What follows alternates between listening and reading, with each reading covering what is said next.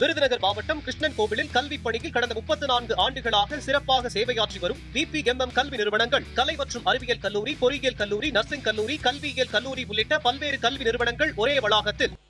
பேரவையாளர்களே, இப்ப ஏற்கனவே இந்த உறுதியளிக்கப்பட்ட இந்த திட்டம் ஏற்றுக்கொண்டு எங்களுடைய முதலமைச்சருக்கு OMC பாராட்டு கூட்டமே நடத்தினார்கள். நான் எதுக்காக சொல்ல வரேன்னு சொன்னா, அதை ஏற்றுக்கொண்டார்கள். கடைசியா என்ன கேட்டாங்கன்னா, இந்த எங்களை 10% வந்து நீங்க வந்து பண்ண சொல்றீங்க, இது எடுத்துடணுமேன்னு கேட்டாங்க.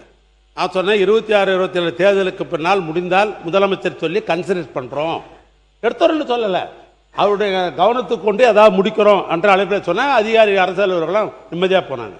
இந்த நேரத்தில் தான் தேர்தல் வந்தது. இப்போ தேர்தலில் வந்து நல்லா அழகா இருக்குது. எனக்கு ரொம்ப இந்த புக்கை ரொம்ப பிடிச்சிக்குது. என்னன்னா, எனக்கு ரொம்ப திருக்குறள் ரொம்ப பிடிக்கும். எனக்கு பொதுவாகவே நான் திருக்குறளை வச்சா நான் ஒரு புத்தகம் வெளியிட்டா எல்லாம் தெரியும் கொடுக்கலாம்.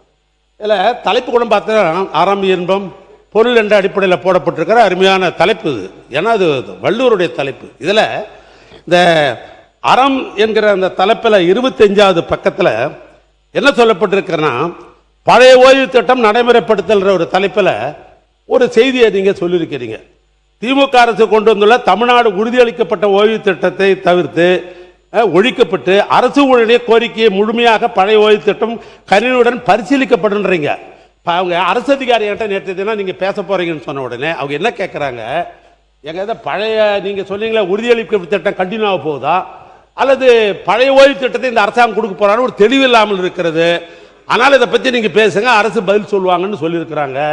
ஆனால் தன்னுடைய பதிலுரையிலே சம்பந்தப்பட்ட மனிதவள மேம்பாட்டுத்துறை அமைச்சர் அவர்கள் இந்த டேப் சிஸ்டம் இந்த உறுதியளிக்கப்பட்டது அது தொடருகிறதா அல்லது புதிய பழைய திட்டத்தை கொண்டு வருவீர்களா என்கிற தெளிவு அரசு அதிகாரிக்கு வேண்டும் என்பதை இந்த நேரத்தில் நான் உங்களுக்கு தெளிவாக தெரிவித்துக் கொள்ள விரும்புகிறேன். அதே போன்று நான் நிறைவு பண்ணிடுறேன்.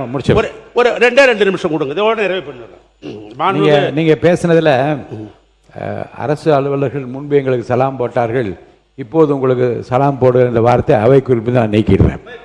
நீங்க எதை எடுத்தாலும் நியாயத்தை எடுத்துருங்க. மாண்புமிகு பேரவைத் தலைவர்களே, நாடு சுதந்திரம் அடைந்தது பின்பு இந்த தமிழ்நாட்டை மிக மிக எளிமையானவர்கள்லாம் முதலமைச்சராக இருந்தார்கள். ஓமந்தூர் ராமசாமி ரெட்டியார் செருப்பே போட மாட்டார் இந்த முதலமைச்சர். அப்படி ஒரு முதலமைச்சர். அண்ணன் கலைஞர் எல்லாமே எளிமையானவங்க தான் முதலமைச்சராக இருந்தவங்க.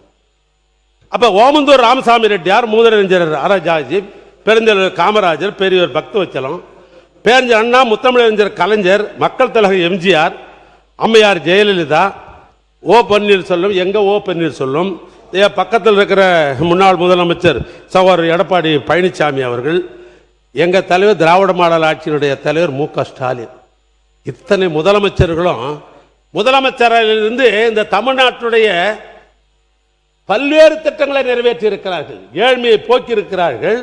இன்னும் சொல்ல போனால் தமிழ்நாடு வளர்ச்சி என்று இன்றைக்கு இந்தியாவில் இருக்கிற மாநிலங்களிலேயே இன்றைக்கு முதல் மாநிலமாக தமிழ்நாடு திகழ்கிறது என்று சொல்வதற்கு இத்தனை முதலமைச்சர் அந்த அறையிலிருந்து தான் போட்டிருக்கிறாங்க.